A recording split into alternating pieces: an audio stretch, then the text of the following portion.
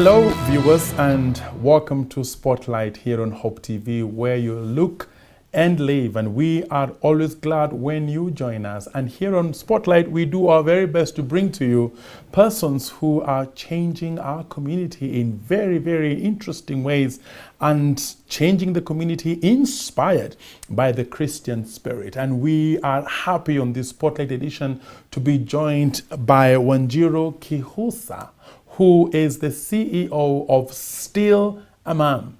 Now, she, CEO of Still a Mom. Now, take note of that name of her organization, because that's going to be the focus of our conversation here on Spotlight. Very interesting, especially also this month being the month of May, being the Maternal Mental Health Month.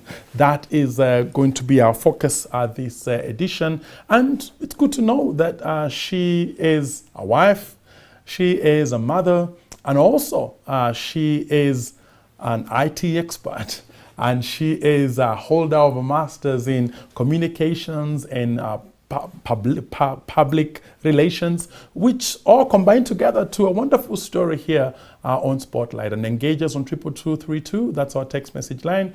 Also engage us on Facebook and Twitter as we talk to CEO Still a Mom, Wanjiru Kihusa. Welcome. Thank you so much for having me. This is a handshake season, so yes, yeah. We have to have ours too. Yeah, good to see you. Thank you. You know, Still a Mom, right? Yeah. And you are an IT person. Yeah. You know, gone all the way up, you know, done your master's in communications and public relations. Mm-hmm. And then now here you are, running Still a Mom. Yeah. I'm trying to look for the IT in it, trying to look for the communications PR in it, and it's kind of difficult. Yeah. Just tell us what Still a Mom is, what the organization is about. So Still a Mom is an organization that supports parents who have lost a child, have gone through things like postpartum depression. So we as an organization are keen on maternal mental health. The entire process of trying to conceive or looking for even alternative methods towards parenting, maybe adoption and things like that, throughout pregnancy, after delivery, and even as you become a mother or a father.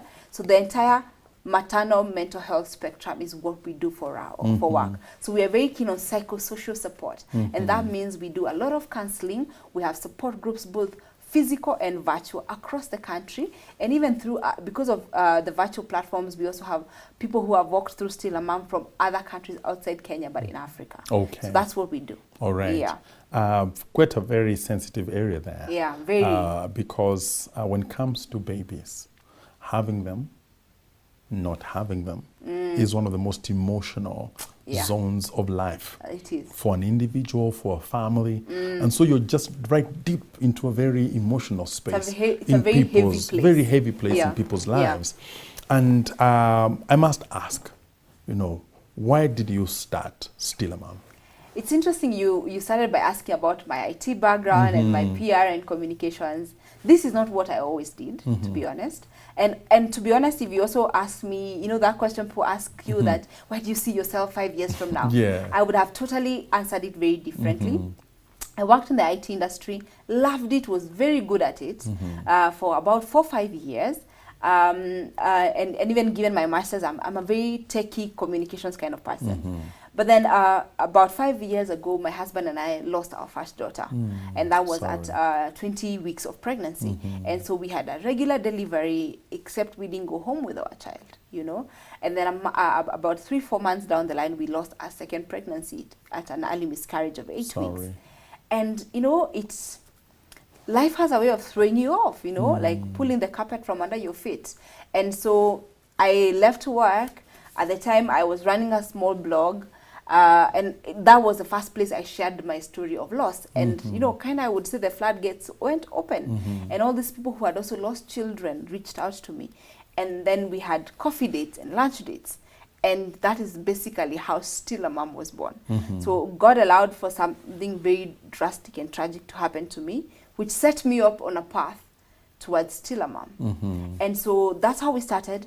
we say you're still a mom even if you know, regardless of the time you've had your child. So if I get my baby, because none of us is guaranteed that you're gonna, you know, the ideal situation is we outlive that our children outlive us, you know, that we die before they do. But, you know, sometimes someone gets 10 years, another person gets 30 years, another, you know, it doesn't really matter, you're still a mom. And you mentioned about 8 weeks. Yes. You still remember that. And Yeah. I remember you also, just before we began the program, you told me that you are a mother of 3. Yes. 2 are in your heart and 1 is in your house. Yes. Now, 2 are in your heart. Yeah. Because you had I had an experience. You had an experience Yes. of a miscarriage in both instances. Yes. Let me ask, because the general life way of understanding miscarriages is that they are not quite babies. Yes. And that's the societal perception of many people. That's true. It's unfortunate but true. Yeah, but what's your response to that kind of general understanding of miscarriages? From my own personal experience and from the work, because we've worked with over 2,000 people, and one of the things I see is at the moment those 2 lines show a positive pregnancy test, whether that child was planned for or not, there's something that begins to happen to you physically and mentally. So if it's you and your wife, you're going to start thinking, oh, okay, so we have another baby. Wherever we live, can we manage this child? You know, do we need to move houses? You start to already make arrangements, you know? The moment that pregnancy test turns positive, for some, they've been waiting for those lines to be positive. We have to realize that. They've been trying year after year after year. We've even worked with people from university who it was completely oops. They even actually thought they should have an abortion. And then they later sat down and said, no, let's not do that. Let's keep this child. Yeah. And then they went ahead to lose the baby. And there's grief there as well. You'd imagine they are relieved because it was not planned, you know. So the moment a pregnancy test turns positive, we make some arrangements. Our heart begins to make arrangements, our body begins to make arrangements. And because we are also Christians, we believe life starts at conception, right? Yeah. We are not the people who are who don't agree that life starts at conception. So for me, I feel like that baby was here. They just didn't get to stay with us long enough. And that is the premise with which we approach this issue and how we offer support to people. Yeah. That's very enlightening because the attitude always is move on, you know. There's a belittling of the loss. The word is belittling, yes. Yeah. And oftentimes when, you know, you just mentioned the figure you've dealt with, the figure 2,000. You've dealt with about 2,000 people. And because you've been in this zone maybe about 4 years now, the area of miscarriages, statistically, how big is it? Oh, wow. It will really, really surprise you. When I started doing research on this after we lost our baby, I was wondering, at the time I was probably 26 years old, and I was thinking, how am I 26 and I've never had the word miscarriage before? How is that even possible? And I went online and I found 1 in every 4 women have lost a child. Now those are very just generic, but those also belong to the US and the UK, not Africa. So as it stands, UNICEF did a survey in 2018, and they released a study that said Kenya has 23 stillbirths, not just miscarriage, stillbirth here being considered as anything, as a baby older than 28 weeks of gestation, 28 weeks pregnant. So stillbirths, we have 23 stillbirths for every 1,000 live births, and that is extremely high. It's high. It's high. That's high. Now, I cannot even quantify for you what qualifies as miscarriage because that happens a lot. So a lot of them happen in early pregnancy, which is first trimester. Some of them don't make it to hospital. So the African case, most gynecologists will tell you we lose at least half of the pregnancies to miscarriages. Up to 50%. To miscarriages. But then we have now the stillbirths, then we have infant deaths, which is now what is considered before a child is even a year old. That infancy period, there's also quite a high number of deaths. Okay. You know, quite significant when you think about it. It is. Let's go back to your heart and your mind as a mom who was prepared mentally to receive a baby. You start making arrangements, and then now you realize that that baby is not, you know, has left earlier Yeah. than you had planned for. Yeah. You know, in terms of still in your womb and not gone through the 9 months. Yeah. Sometimes people do not receive as much support Yeah. on a miscarriage That's true. as they should because again of the culture. So just tell me how the mourning is like, you know, Yeah. especially without, you know, the support that you would support. expect. Yeah. The mourning happens very personally, yeah, and it's interesting you should raise, especially because of the lack of support. But what I will say is, you know, when we lose an adult, we lose, you know, we have all these memories about them, yeah. When we lose a child, we have all these plans and dreams we had. You know, that's what we are losing. That's what we are mourning. We are mourning all the birthdays we've missed. We are mourning all the graduations we've missed. We are mourning. That's what we are mourning. Yeah. And so the handling the loss of a child is very complicated. Yeah. And then there's also a mixture of guilt in there, because you're constantly wondering, what didn't I do right? Did I eat correct? Did I overwork? Did I do this? Did I do this? I mean, as parents, even right now to the children who are in our houses, we're constantly worrying whether we are raising them correctly. Yeah. So there's usually a lot of guilt that comes with the loss of a baby. Yeah. Because you know, you say, probably I should have gone to the doctor sooner, you know, or this and this would not have happened. I would have done this, I would have done this. So the mourning of the loss of a child gets very complex, because also people are unable to quite feel what you're feeling. Yeah. Now, majority of support happens in the nuclear family, husband and wife. Yeah, they're the ones who know how it feels and all the emotions they feel, and sometimes the extended family will rally around. Colleagues and friends come close, but mostly if there was a burial or some form of ceremony, then people are able to quite grasp the grief. But if this is a baby that died in a miscarriage, and we went and had a hospital procedure, and we came home, we have a lot of trouble grieving that child. Yeah. You know, and I'm imagining you've just had a miscarriage. Yeah. And the general view again is that people will come and tell you, don't worry, God will give you another one. Yes, it was God's will. It was God's will. And I just want you maybe to help us understand what are some no-nos when it comes to dealing with a mom who has had a miscarriage. Yeah. I think when it comes to handling parents who have had a loss, because there's a way we also do not support dads at all. Yeah. So let me start with the no-nos. Just reduce on the talking.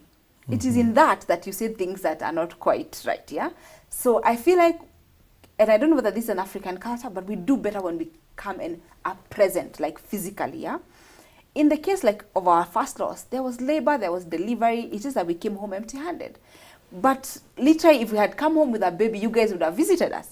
Yeah. So visit, even if the baby is not there, visit. It is while there you will see needs. You will realize this house doesn't have milk. You know, we need to fix dinner for these people. You know, or they need to, you know, they have a baby cot, they have some shopping. Somebody needs to take this to their house so they don't see them for a while. You know, it is while you're there. So you come. You'd rather, actually, you're more forgiven if you say something offensive, but you are here. As opposed to I bump into you on the road, you don't know how we are doing, and then you tell me how it is God's will, you see? So let's just reduce on this talking and actually show up. But with regard to talking, I think we as Christian, inherently, even me as somebody who was born again and is born again, I knew that God is a good God, and he did not do this for evil. You know, I knew it was inside me. It's just that this is not the time I want to hear it. You know, I'm not denying it. I'm just saying this might not be the right time, you know. So don't tell me it was God's will. He will give us another one. What you're doing is you're belittling. We wanted this one, this daughter. That's the child we wanted. Yeah, we don't know about the others that are going to come. And even if they come, they will never replace this one. They were an individual, you know. Like even right now, sometimes you ask somebody, which of the ones you have would you like to be taken?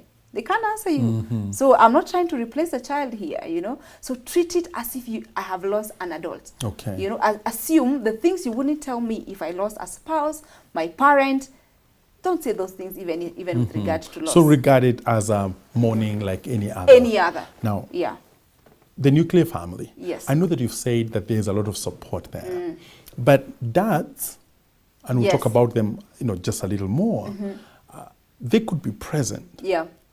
And the way they understand a miscarriage may not be the way you understand Yeah. the miscarriage. That's true. They may be quicker to move on, and they sometimes may not understand why you are stuck there. Yeah.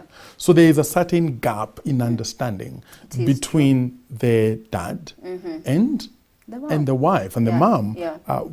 in terms of how quickly should we The grief move on, process, really. how long should we grieve, even how should we even grieve at all? Yeah. Can you speak to that disconnect? It's, as somebody who's married, I saw it firsthand. Let me tell you, people, first of all, we are all different. How we were raised means even how we grieve and how we move on from things, How you moved on from a breakup is different from how somebody moved on from a breakup. But then just the fact that we have different gender is already an issue. Yeah, it's already, there's a way men grieve and there's a way women grieve.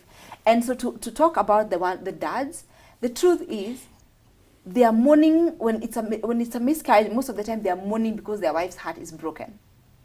Yeah, and not necessarily because they didn't carry the pregnancy. They may not quite feel how she felt because see, she was building life from scratch. There are all these things that happen to you when you're pregnant.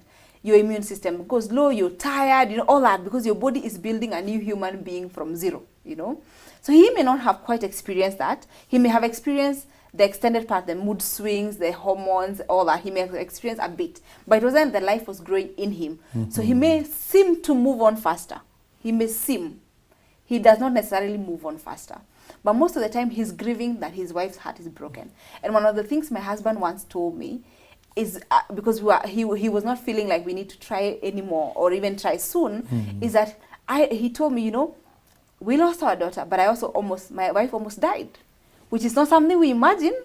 We don't quite think about. They start to even see pregnancy as a very dangerous thing that could kill their wife, So the grief process is different by virtue of gender, how they were socialized, but also because they may not necessarily have filled in, they may not have experienced the loss themselves. However, let me comment here. It is also because they seem to kind of go back to normalcy, yeah? That we assume they've moved on. They are the ones that get 2 weeks of paternity. So they have to resume work and, kind of things have gone back to normal. But they're still also quite processing. They also don't quite talk as much as we do, So for me, I figure my life out mid-sentence. As I talk to somebody else, I cry and then you guys don't even have very strong friendships as men. So so your grief may be different. So it's that realization that we are different. Yeah. Even if we are grieving the same thing. It's interesting there because you have alluded to the fact that men seem to, grieve differently. Yeah.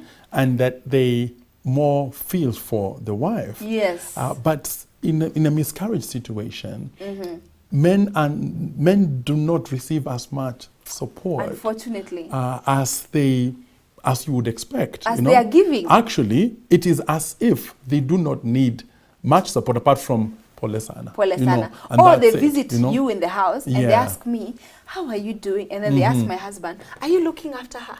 Exactly. That's how it is. So can you maybe speak to that also? The kind of maybe emotional place that dads are and the kind of support they themselves also need in a miscarriage situation. I think here I would call to family and even friends, male friends, yeah? He's come back to work and he's delivering at work. Even ask people questions, like ask them, how are you doing, I know men, you don't quite share as much as we do, but it helps that question was asked, yeah? There's a way you feel when it was asked. There's a communication of care, yeah? Because they are busy looking after the women, and I've heard this from dads, that I really loved it because I called my friends, we were in the hospital, and they really came and helped with the to-do. They came, they helped discharge my wife, make sure we have a way home, get us an Uber, do this. Men really know how to do the things, the things that need to be done. Well, not all men though. Oh, The good ones. The good ones. Yeah, the good, sensitive ones. The sensitive ones. Yes. They really know how to do the doing, yeah? And so, including like telling visitors, don't come yet, you know? Like they're the ones picking calls and saying, hey, we are not yet ready, or she's not yet in that space. So I think we reciprocate to these men and actually ask them how they are doing, and just how, not just how their wives are doing, and sit around and listen. And even if that was in the form of we were watching a football game, we went somewhere for nyama, for 2 minutes, it's also good to ask them how they are. Yeah, because their mental health is super important. We are seeing higher suicide rates with men than with women. Your burden is so heavy. Yeah, you're looking, you're in charge of financials, you're taking, I mean, you're the head of homes, and then you have nowhere to take all your frustrations and your anger and the things that life has dealt you. That's an important lesson, because I'm just now feeling that there should be a how-to support a mom who's gone through a miscarriage, how to support a dad who's gone through a miscarriage, because what's coming out is that they both need heavy, critical, deep support. Yeah. Somewhere in the course of your conversation, you mentioned like paternity, and reminds me of a situation whereby went a couple went through a whole pregnancy, and around about the 6th, 7th month they lost their baby, and the odd thing was that the organization that she worked for did not think she qualified for maternity. Yeah. So she was expected back to work as quickly as possible.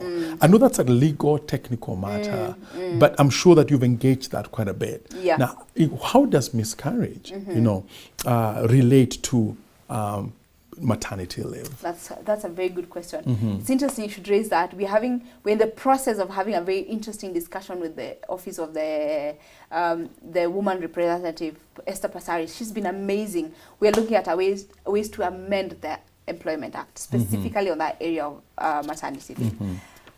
As it stands right now, the law is very vague. It doesn't say who gets and who doesn't. Yeah. And so that's what we're trying to change, say, between this week and this week, at what point is there a baby delivered? Also, what is really the purpose of maternity leave? Because most people think maternity leave is just time for me to go feed my baby.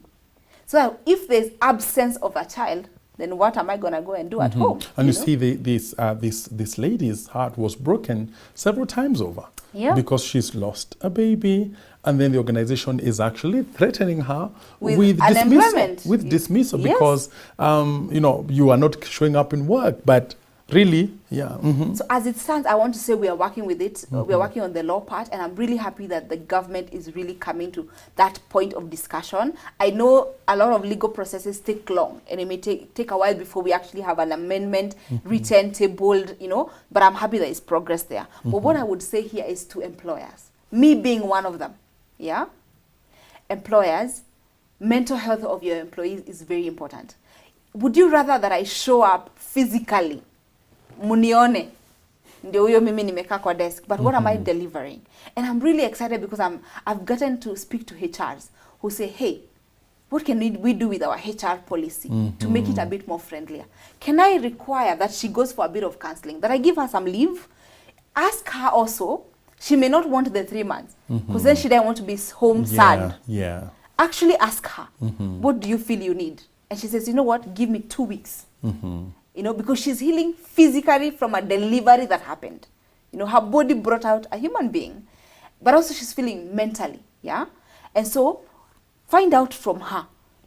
Internally, you can edit your HR policy and decide from here on, this is the kind of environment we want for our staff members. So we're talking about a clause that says, in the case of a miscarriage, in the case of a stillbirth, in the case of a stillbirth, we are going to this is give what- this. yeah, Some, yeah. If it's a miscarriage and maybe there was no, you can say we are going to give 2 weeks of compassionate leave. The same way you'd give somebody to go bury somebody, you know? And that, of course, brings in a HR practice that Yeah. has a heart That- to it. exactly, to with the a heart, people, yeah. to the people. As compared to a heartless kind. That That you says, just hey, we want need you work back to done. work. Legally, you're supposed to be, you don't Kama qualify. hautaki kazi, you know, you can exactly. stay home, you know. And just before we move on to just one more thing about maternal mental health, at still this place of miscarriages.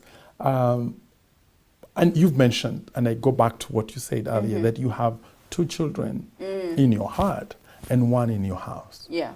Now, assume that there is a mother, a father, a family that has had only miscarriages. They have had babies, but who never went to term. When they are describing their status, parental status, because they still, to the society, Yeah. look childless. That's true. Right? They are childless as far as society is concerned. Yeah. But could it be that at still a mom, you could have a way of how these moms, these dads, would really identify themselves, Yeah. parent-wise? Yeah. That's a really good question, because that's why we are saying you are still a mom. You're still a dad, The point here is, did you mother or father a child? Did you guys make a baby? Yes, it is. That you actually did. How long did they get to stay with you? 2 weeks?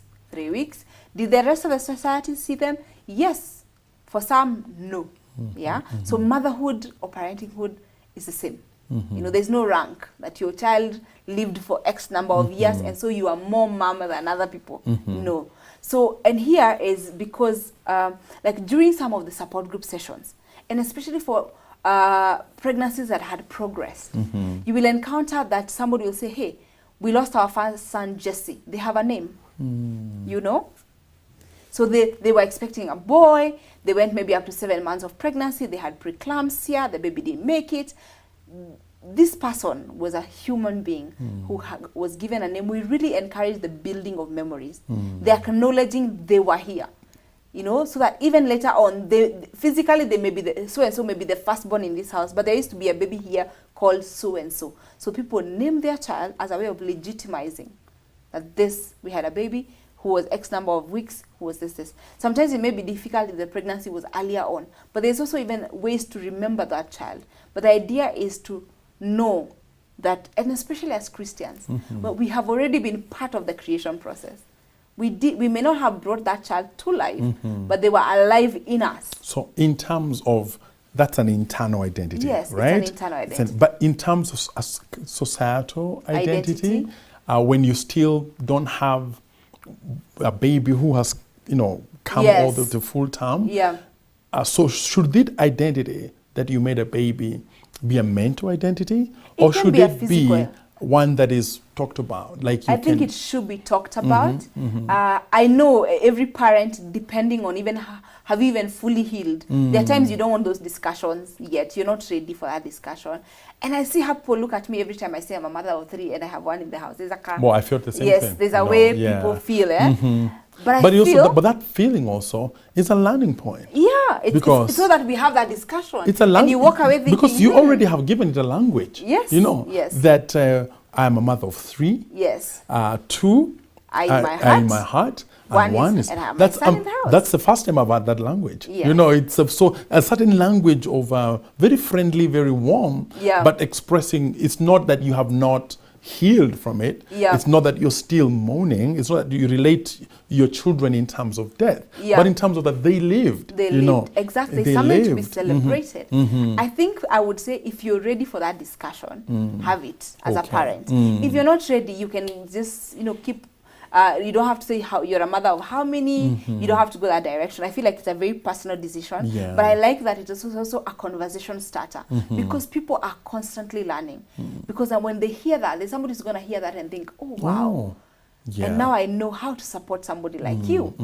Every time we're talking about the things we are going through and how society can learn better and therefore do better. Okay. Yeah. Yeah. I think it's just an amazing thing. Yeah. And you've talked about support groups. Yeah. Because there are mothers, there are fathers who really don't know how to deal with this when they go through a miscarriage. And where can they get these support groups? Because some people are just looking for a lifeline, Yeah. and they don't even look for it because they don't think it exists. That's but true. now you're just telling us that Yeah, it has there been are existing. conversations, Yeah. there are support groups. Can you just tell us how a mom, a dad can find this support group? It's really good that we're having this discussion in May, being Maternal Mental Health Month. And I will want to say that grief is processed, whether you process it actively or passively. Even right now, if you lose a job, if you have a divorce, like loss, any form of loss, you feel it.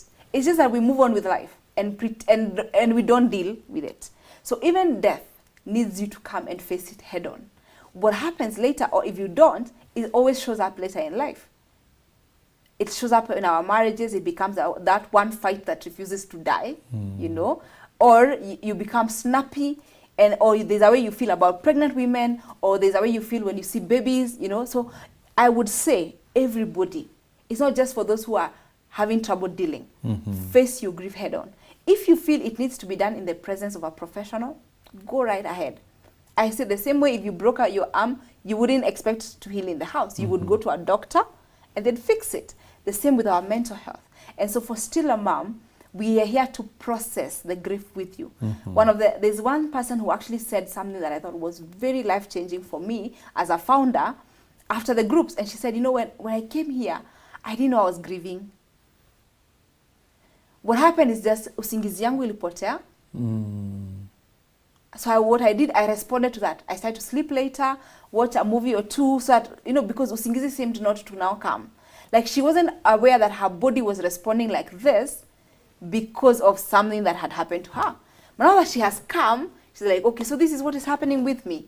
Let me deal with it. So that's what I'd say Still a Mom does. We allow you to face this grief head on, actively, so that it doesn't show up in your life later. So we have support groups, both that meet in the office. We have our offices we have actually a counseling center on Gong Road. It's on Demi Lane. And we have physical support groups on Wednesdays and Saturdays for those who've lost a child. We have support groups for those who are going through postpartum depression. We have one-on-one sessions. You know, you may feel like I'm not ready for telling people my story in the presence of 5 other people. I want to see the counselor by myself. So we do all issues relating to maternal mental health in the office. We have a team of 8 counselors, all of them trained, majority of them actually certified by KCPA. So we are not at Tiaka quacks doing small, you know. No, we are here to also follow. This is not a hassle. We don't want to play with people's minds. We have even had to partner with some psychiatrists, because counseling and psychiatry go hand in hand. At some point, the counselor may feel, she may need a medical part.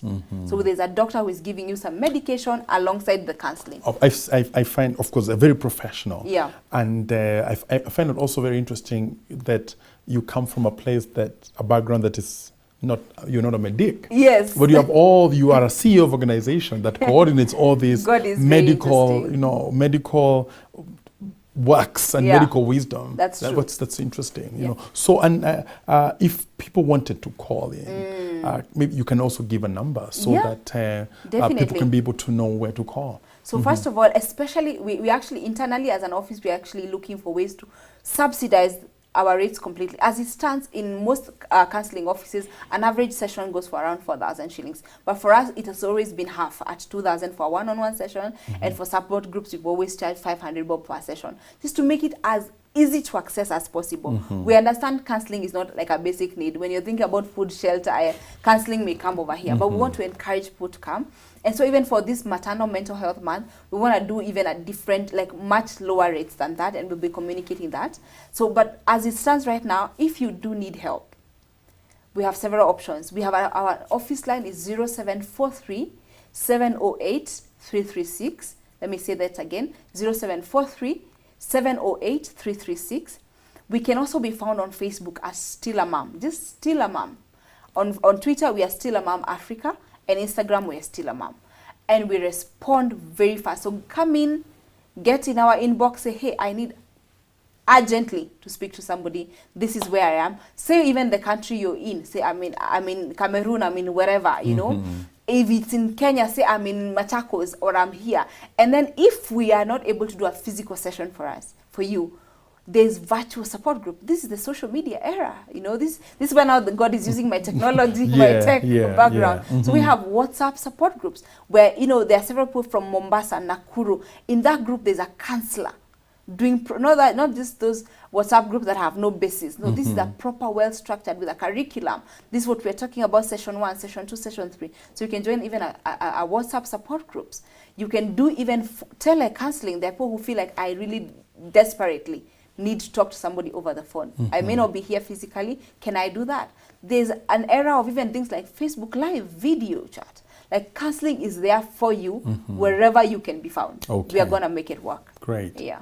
I'm sure our viewers have heard that. Yeah. And finally, as we come to a close of our conversation, we have to always focus on the church, because the church is a space where many people look for strength. That's and true. Look for life, right? And I'd want you to assess, being a Christian and being a person who goes to church, whether you feel that the church is doing enough or is doing anything when it comes to parents and homes that are experiencing miscarriages. And be honest. I for the longest, especially after my loss, I had a huge fight with the church. I felt very let down, extremely let down, because nobody visited us, you know. And we were not congregants only. We have always served, you know, Bible study. We were actually Bible study leaders. You know, you worked at the sound desk. You know, you're not just somebody who sits at the back, you know. So we felt really quite let down. It took a lot of healing on my part to, you know, walk away and and forgive for that. And I will say, if ever there's a place love and compassion should be found, it should be the church. Yeah. So this is not the place, because you're constantly nudging people, asking them whether they are pregnant or this or that. You are not aware of the struggles. So I would say, be very involved in people's lives, especially because we are in small groups. Like, you know, my entire church may not know, but my Bible study group knows we were pregnant, this is what happened, you know. So in those places, really show up. Because what the devil does is he will take me aside, nikiwa peke yangu, and he will talk to me and show me how the church has let me down. I have met so many people who have stopped going to the church because they feel they were let down, not just by the church, but we are a representation of God.